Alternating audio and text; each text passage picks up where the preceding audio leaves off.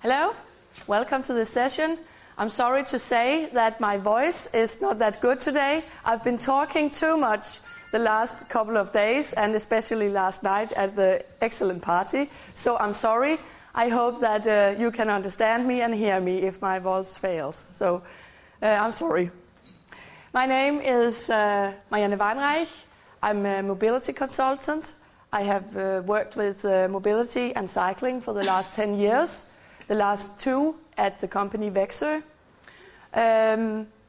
I've worked with cycling as my speciality. I've worked with it in Denmark as well as in several EU projects like Target, Urbike, Mobilis and BiPAD. And I'm also a BiPAD auditor. I don't know if you know the quality system. And I'm the vice chairman of the Cycling Embassy of Denmark, which you may have heard about. Today, I will share with you the methodologies which is developed and tested by the 11 Nordic cities in the project Nordic Cycle Cities. It's an Interreg project, and I'm the lead partner advisor for the project, and that's why I will be talking about it today.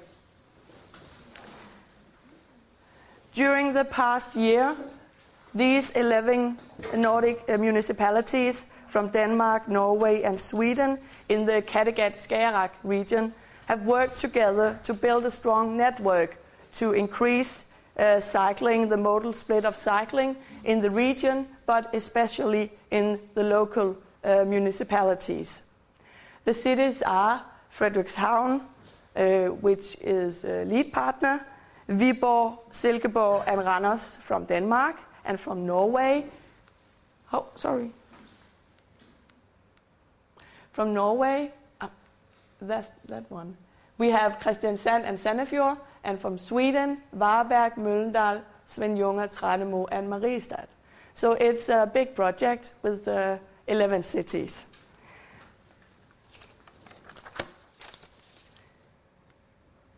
The 11 municipalities are very different, geographical, topographical, and demographical, and have very different experiences with promoting cycling.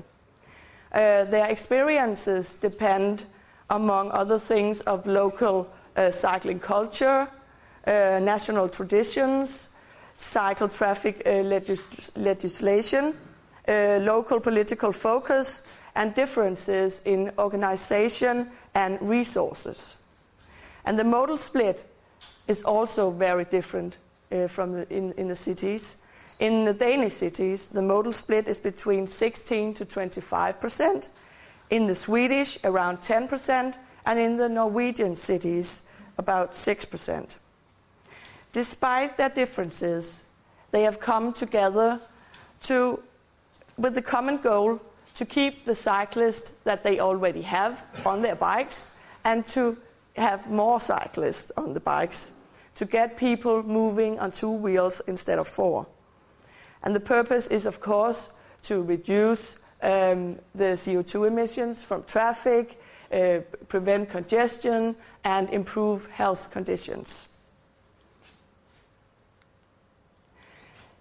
The 11 municipalities share also a common challenge, and they need to shift gears and work more integrated and systematically with cycling instead of just ad hoc planning.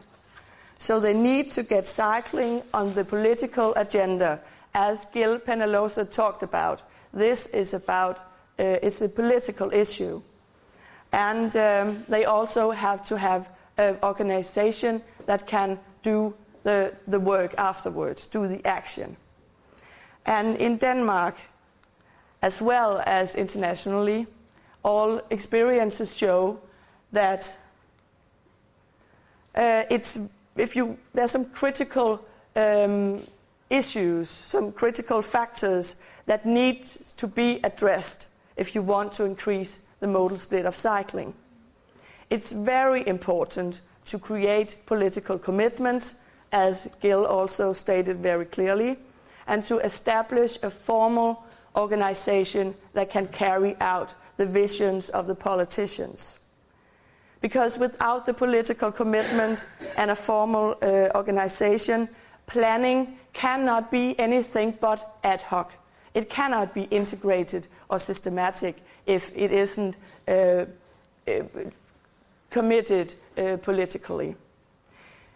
It's also important to involve the different stakeholders that are part of the community.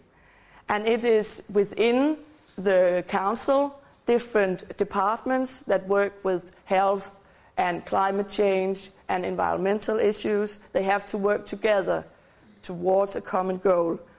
But it's also all the private and NGO stakeholders in the city that can help and build a strong base and give the visions and actions resources. And it's also very important about documentation, to document and evaluate what your progress is.